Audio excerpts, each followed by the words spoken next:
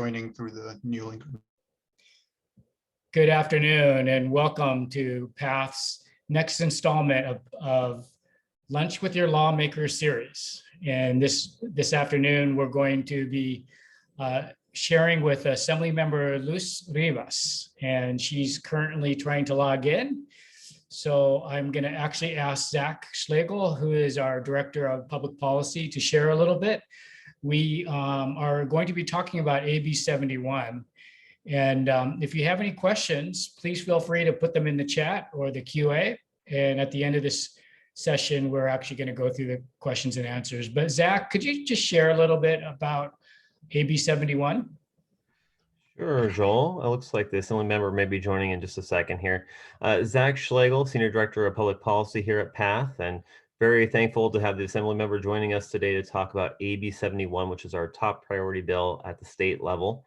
It just recently passed the Assembly Housing Committee just last week, and we're excited that it's heading to the Assembly floor in the very near future. And I see the Assembly member there, so I'll let Joel introduce her, and then you'll hear from me again later. Thank you. So we are pleased to have, thank you, Zach, for pinch hitting a little bit. We are pleased to have Assembly Member Luz Rivas with us today. She's the author of our top priority bill, AB 71. And we'll go into greater detail on that legislation in a moment, but let's just start by I want to give you some background on our special guest. The Assembly member was elected to the State Assembly in 2018 and represents parts of North Los Angeles, including North Hollywood and throughout the San Fernando Valley. Growing up in LA as part of a family of immigrants, she went to earn her bachelor's degree in electrical engineering at MIT and a master's of education at Harvard. Okay, I'm a little intimidated now, but I'll keep going here. This passion for education and technology led her to create the nonprofit DIY Girls, which educates young women about careers in STEAM fields. That's science, technology, engineering, the arts, and mathematics. She went on to become Assembly Member Rivas and saw how rising rates of homelessness has drained local budgets and how there are currently no ongoing state funds to address homelessness. Historically, it's been only one-time funding, despite the prevalence of homelessness at the state level. And despite that, homelessness consistently polls as the #1 and the #2 issue on the minds of California voters. This led her to partner with Housing California and PATH and other homeless service providers on the Bring California Home campaign to pass AB 71, which would provide $2.4 billion in ongoing funding to address homelessness. Assembly Member Rivas, welcome to Thank you. Thank you so much. Hello. Hi. Thank you so much for that generous introduction and for all the work that you and everyone that's attending does with PATH to help our unhoused communities in Los Angeles. So thank you. Sure. And I think your video is on, is that correct? Yes, can you see? I don't, Carlos, there you go. Oh, okay. Is this working now? It is. Okay, so sorry. I think it's terrific when political leaders come from the nonprofit sector because they really see the root causes of societal issues and how policies and programs affect real people. And after Assembly member, after your amazing educational journey, you started a nonprofit for girls in schools. And just before we get into AB 71, I'd love for you to share why you started that. Sure. So as you mentioned earlier, my background is engineering. You know, I grew up in Pacoima in the San Fernando Valley. And after high school, I went to MIT. I studied electrical engineering, but I got interested in STEM when I was in 5th grade. I was 10 years old. And at my elementary school in Pacoima, my teacher taught us how to program computers. And this was in the mid-'80s when people did not have computers at home or access to them. And so it was such a great experience for me that I felt that early experience led me to a career in STEM. And when I went back to my elementary school as an adult, I noticed that a lot of the kids did not have access to computers, to STEM. education, opportunities. And that's when I decided to start DIY Girls. And I started it at my elementary school almost 10 years ago.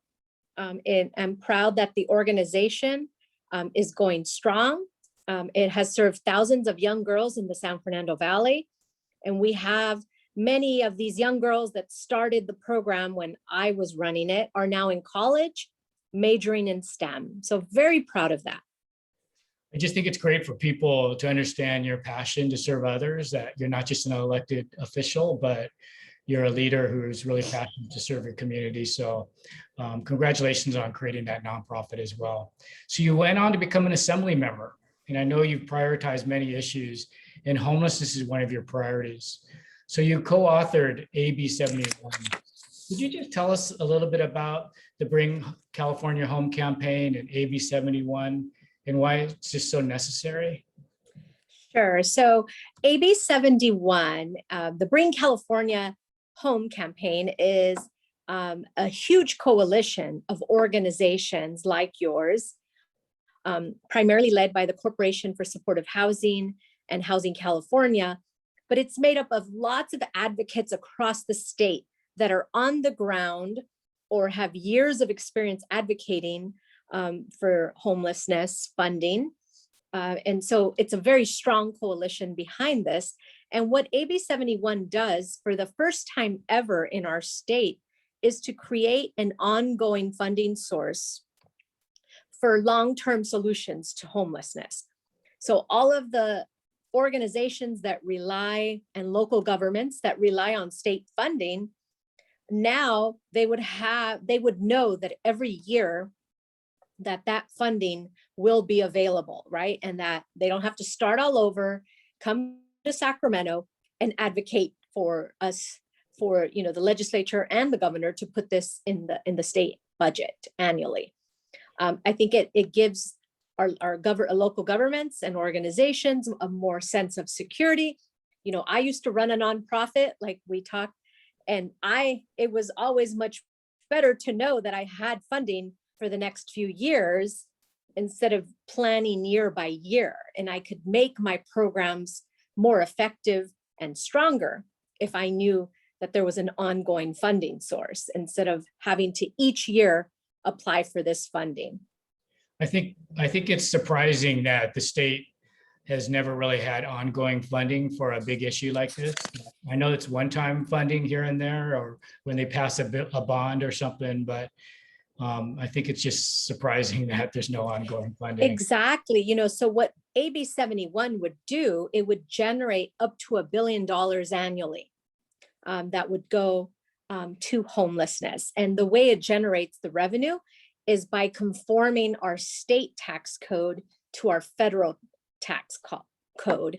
So what we're doing is attempting to close a loophole for large corporations that have been abusing this loophole by shifting their profits overseas. So it's something that was done at the federal level in 2017. So, some critics would say that more taxes, especially right now, and especially taxing corporations, is bad for the economy. So how would you respond to that? Well, this particular strategy that we have in the bill, it's not taxing small businesses. It is not taxing individuals, right? It is definitely not a wealth tax or millionaires tax. It's this very specific, it's very targeted loophole that we're attempting to close. And these are big corporations that have assets overseas, right? So it's not your local small business or even bigger corporation. If they're not operating overseas and trying to take advantage of this loophole, then they're not affected at all. There's very few corporations in California that would be affected by this proposal. So you don't think corporations will move out of California because of this? No, I mean, this is for corporations that do business in California, right? No matter, it doesn't matter where they're headquartered, right? So it's not we're taxing them because they have a physical presence in, Los Angeles, right? This is, a lot different. And, there has been this narrative that corporations are leaving California because it's so hard to do business here. But recent reports have shown, and data that has been collected have shown that that is not the case. Over the pandemic, especially large corporations like Amazon, they had record earnings during the pandemic. Everyone was home ordering packages, right? So I think, we hear that narrative, that attempts to scare a lot of people.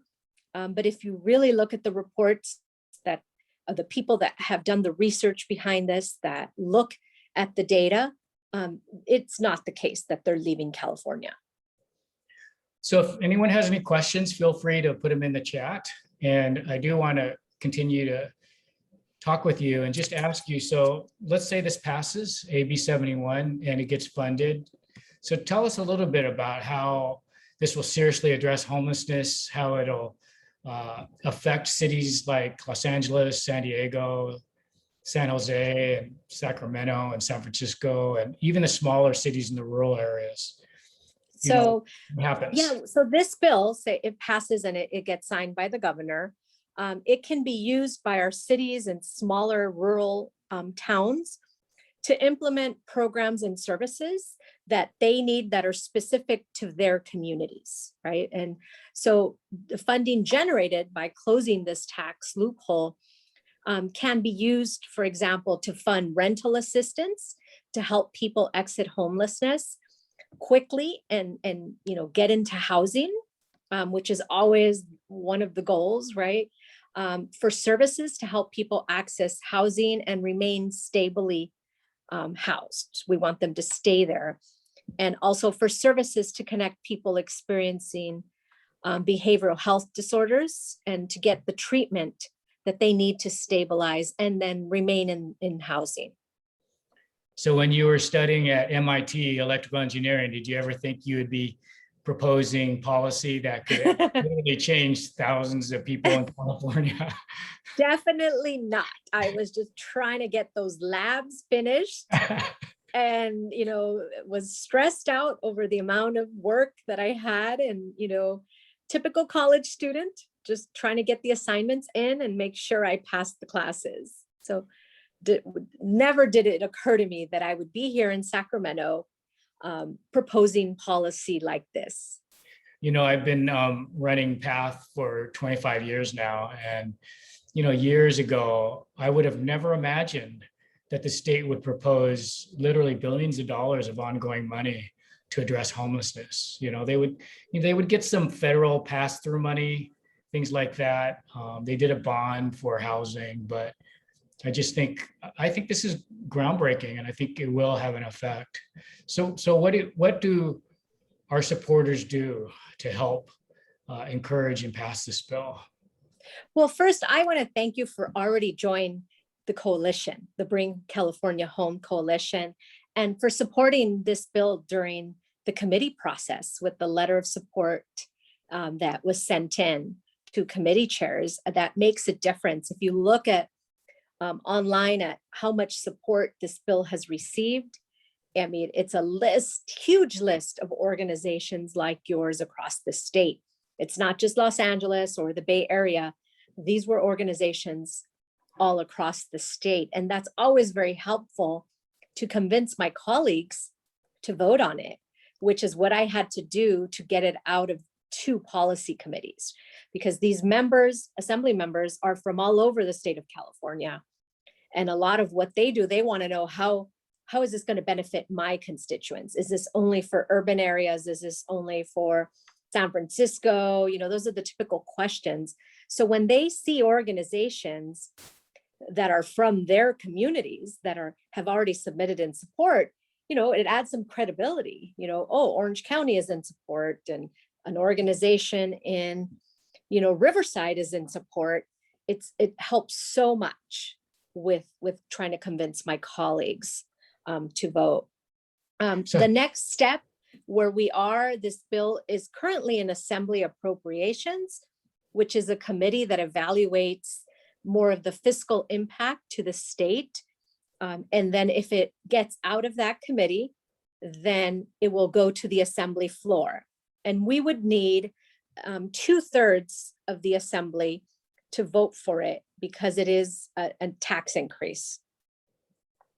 And then from there, what happens if the assembly passes it? If the assembly passes it, then it moves on to the Senate. And then it's almost like we start the same process over again. It would be referred to Senate policy committees, probably housing and governance and finance. So we would have to go past those two policy committees and then again go to the Senate Appropriations Committee and then on to the Senate floor. So it's a long process, journey, but if we make it off of the assembly floor, we're halfway there. Right? So what does this bill mean to you personally? And yeah, what does this mean to you personally? For me, I'm from Los Angeles. I live in the San Fernando Valley. I grew up in the Valley. And, I have seen the number of homeless individuals grow in the last 10 years, right? But it's not only about that, but I think when I was a kid, we did, my family and I did go through some housing instability, from when I was born till I was a senior in high school, we probably moved 8 different times, but within the same community because, we rented a room in a home and then they didn't want us there anymore, right? It was affordable for my mom. So I grew up with a single mother and one older sister. So then she had to find another place. And, we lived in the back of a house, like in a garage. And so we were constantly moving, right? And unfortunately, we never were able to buy a home. And now I realize how much a home, especially if you own it, provides stability in your life, right? That at least you have that. But for me now, that's become, I've moved so many times in my life, but fortunately have always had a place to live. But when I was running my nonprofit, some of the young girls, they were living in cars with their family, right? Because they had lost their apartment or lost their home. And they were still coming to school. And I can't imagine what it's like as a child to go to school and not know where you're going to sleep that night. And so I think of that a lot. A lot of people, when they think of homelessness, they think of people living on the streets of Skid Row. And I think your story kind of reflects that it can affect anybody. And we shouldn't take home for granted. Definitely. Everyone thinks, oh, well, everyone lives in a home, a 3-bedroom, 2-bath home, and with the basic necessities. And that's not the case for a lot of families today. And it's not just, oh, these, what I hear sometimes from constituents, these people are choosing to live on the street because they don't want to follow the rules, whatever the rules are, right? And I don't think that's the case for a lot of people experiencing homelessness. They need support. They need the right programs and services that will get them into housing and then allow them to stay there. So before we conclude, we're going to have some questions, and Zach on our team here is going to field some of the questions. So Zach.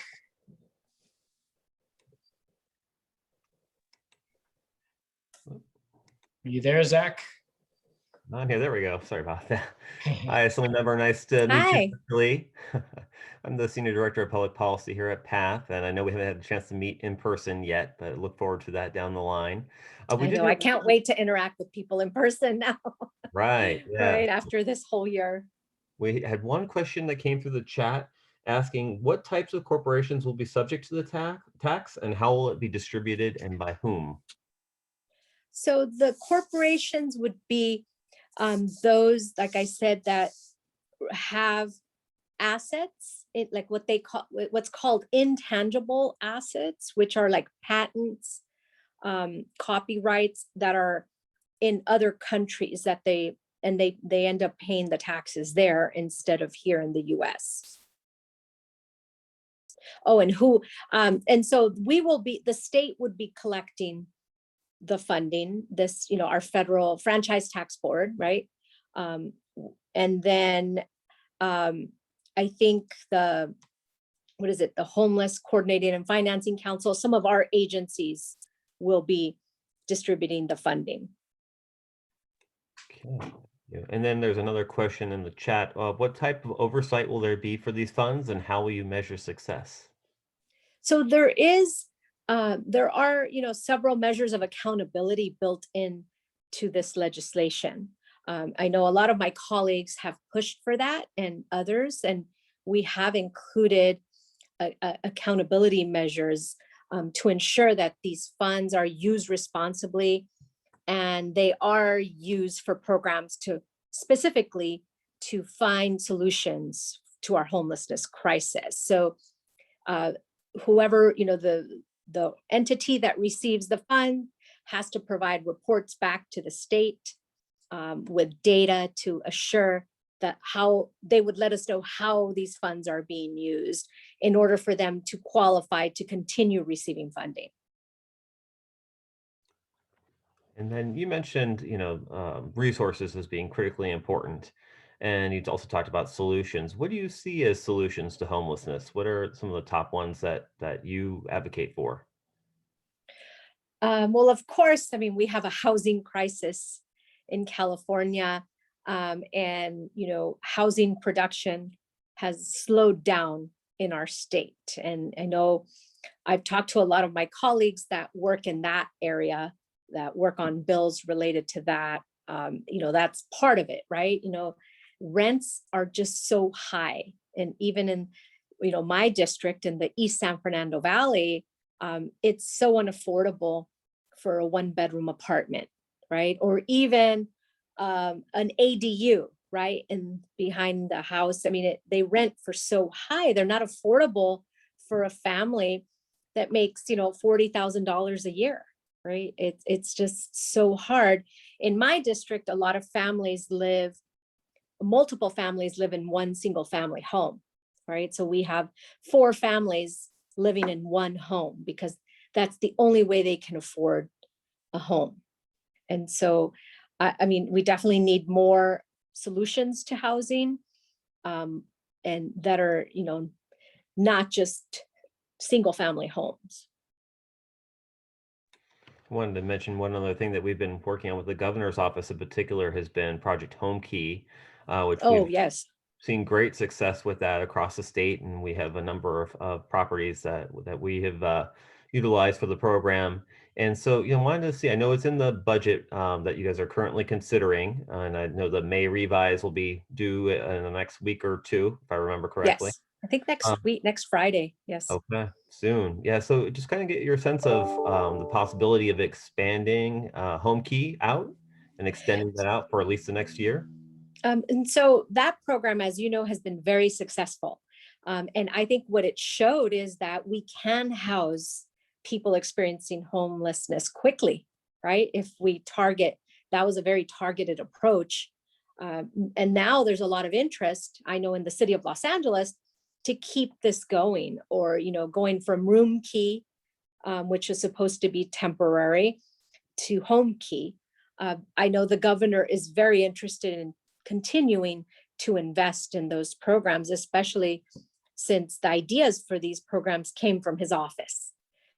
And what he mentioned last week in a meeting I was in was that now the Biden administration is looking at Home Key as a model program for it to be a national program. So I feel that California will continue to invest in Home Key and not make it just a temporary program, because now the nation is looking at this as a model, and we need to continue it on for years to see how successful it is. And we have had discussions with the governor's office in terms of how AB 71, the funding that's generated through AB 71, could also potentially be used for room key and home key. That's excellent to hear. We appreciate your support of that. It's a relatively quick way to get new housing units online. I have one Definitely. last question here in the chat. It's asking, will foreign corporations be paying the tax, and will that affect how U.S. companies will be taxed in their countries? No, they're US corporations that have affiliates in foreign countries and that do business in California. I just wanted to share that one comment in the chat. It says, thank you so much for speaking with us. Very exciting to hear about your work and your values. Policy change is so important for making a real difference in the systemic issues that cause and prolong homelessness. And Assembly member, we're just grateful for your time and for your life example in your leadership and for joining us here on Lunch with Your Lawmaker. And for those of you who are watching this live, we will have another Lunch with Your Lawmaker soon. And we are also recording this episode, and we'll be playing it to our 20,000 supporters and 1,000 staff people across the state of California. But Assembly member, thank you so much for your time and just for your leadership in addressing and ending homelessness in California. Thank you. Cool. Joel, Thank you for inviting me to this discussion and for participating. And it's very important to have, a good coalition of people that are behind these policy ideas. And I've been very fortunate that AB 71 has people like you behind it. Thank you. Zach, did you have something to say? I just wanted to ask the Assembly member one last thing. We like to do these call to action. So I know this bill is heading to the Assembly floor soon. Do you have a date yet? Or is there any sort of action you'd like our supporters to take? So we won't know. The Assembly Appropriations Committee will make its decision toward the end of May, whether it gets out of that committee. So I'm expecting this to be on the floor sometime in June, maybe early to mid-June. But, we'd welcome if you want to talk to your own lawmaker, wherever you live, and talk to your assembly member on how important this bill is. If they hear from people that live in their districts and their own constituents and voters, I think it really makes a difference. So we will post on our website if people would like to support and advocate for this bill at epath.org. Yes. Thank you very much, Assembly member. And Zach, thank you for participating as well. And we look forward to seeing everybody and sharing again soon. Have a nice afternoon. Thank you.